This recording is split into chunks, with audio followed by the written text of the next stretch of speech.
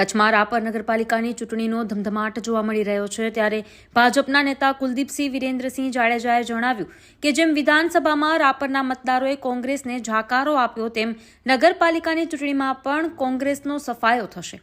કુલદીપસિંહે વધુમાં જણાવ્યું કે કેન્દ્ર અને રાજ્યમાં ભાજપ સરકાર સાથે વાગડમાં વર્તમાન ધારાસભ્ય વિરેન્દ્રસિંહ જાડેજા સતત વાગડના વિકાસ માટે પ્રયત્નશીલ છે।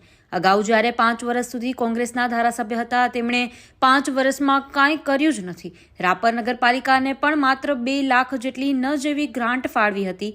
કચ્છ માટે તેમણે કંઈ જ કર્યું જ નથી અને દર વખતે ચૂંટણી આવે ત્યારે ખોટી વાતો ઉપજાવી મતદારોનું ચિત્ત ભ્રમિત કરતા હોય છે। 2 વર્ષમાં જ વિરેન્દ્રસિંહે રાપર માટે ઘણા બધા કામો કર્યા છે। રાપર શહેરમાં ગટર સમસ્યાના નિવારણ માટે 16 કરોડની ગ્રાન્ટ મંજૂર કરાવી છે। આ ઉપરાંત પીવાના પાણીની સમસ્યાના નિવારણ માટે ધંધુકા ડેમમાંથી પાણી પૂરું પાડવા દરખાસ્ત કરી છે। સ્વચ્છતા બાબતે આધુનિક મશીનો ફાળવાયા છે। ઉપરાંત નવી 100 બેડની હોસ્પિટલ બનવા જઈ રહી છે।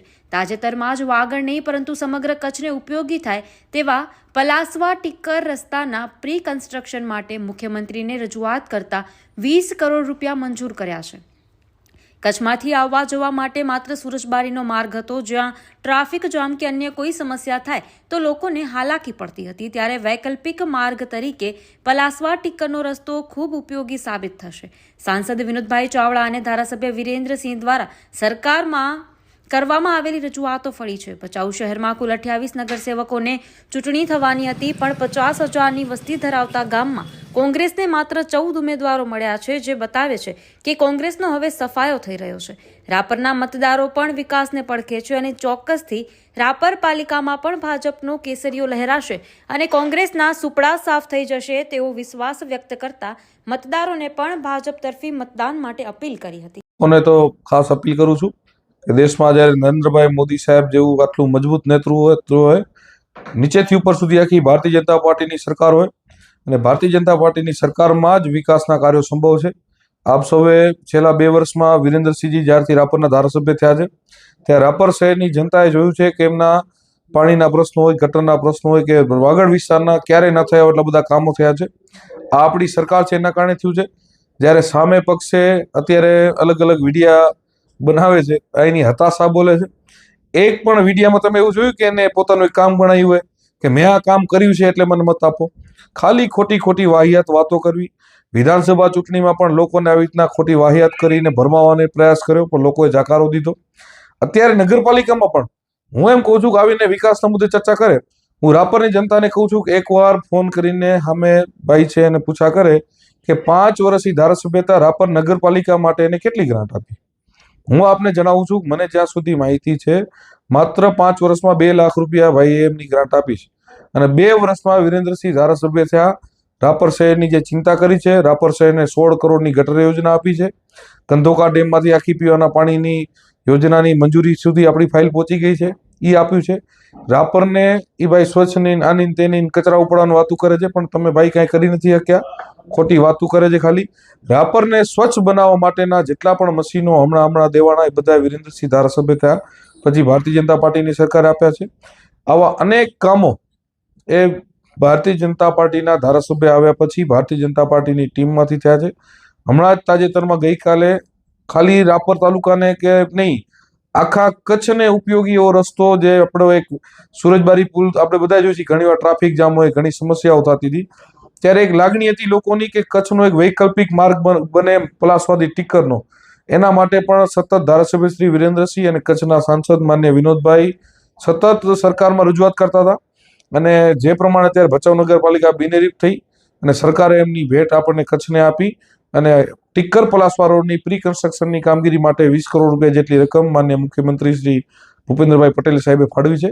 આ બધા જ વિકાસના કામો આ ભારતીય જનતા પાર્ટીની સરકાર છે એટલે શક્ય છે। તમને કીધું ને એમની હતાશા બોલે છે। એમની પાસે મતલબ કોઈ દિવસ કાંઈ કામ નથી કર્યું, નથી કોરોનામાં લોકોની વચ્ચે રહ્યા, નથી કોઈ 5 વર્ષ ધારાસભ્ય તરીકે પોતાનું એક કામ ગણાવી શકે વિધાનસભા આખીમાં કે આ મારા સિમ્બોલ વાળું કામ છે કે આ મેં કર્યું એના લીધે મત આપો। આવો કાંઈ વિષય છે નહીં એટલે લોકોને ગેરમાર્ગે દોરવા, ગેરમાર્ગે ભરમાવા આવું કરે છે।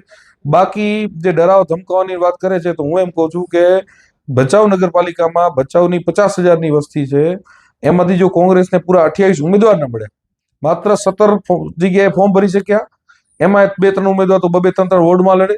આખા 50,000 વસ્તીમાં 14 જ જણા મળ્યા હતી એમનો હશે. ઈ ભાજપે બધાના કામ કર્યા છે, બધી સમાજો સાથેના એક સંબંધો છે એના કારણે શક્ય છે.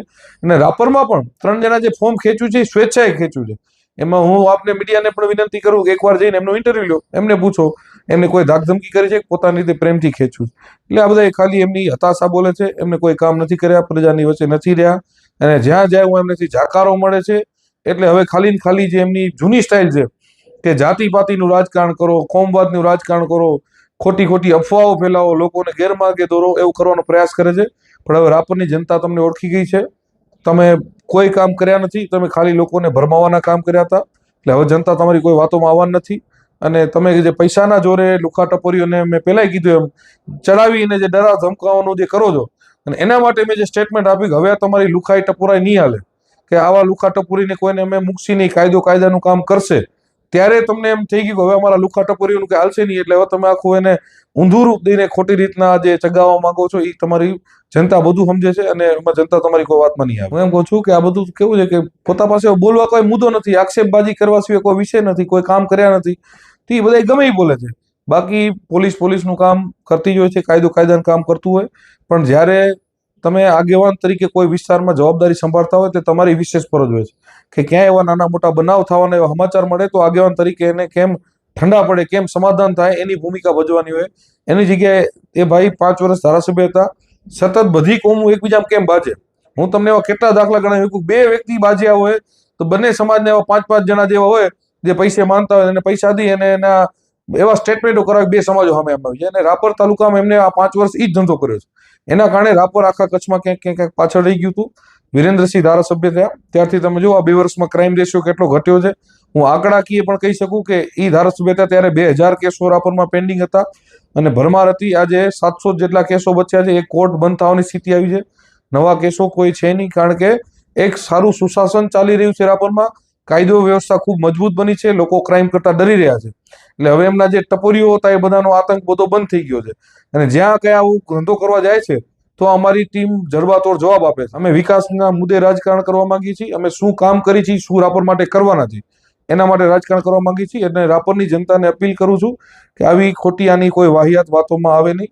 અને ઉપરથી નીચે ભાજપની સરકાર છે, મોદી સાહેબ જેવું મજબૂત નેતૃત્વ છે, ત્યારે સૌ સાથે મળીને રાપર વિકસિત કેમ થાય એના માટેની માત્ર આપણે ચિંતા કરીએ.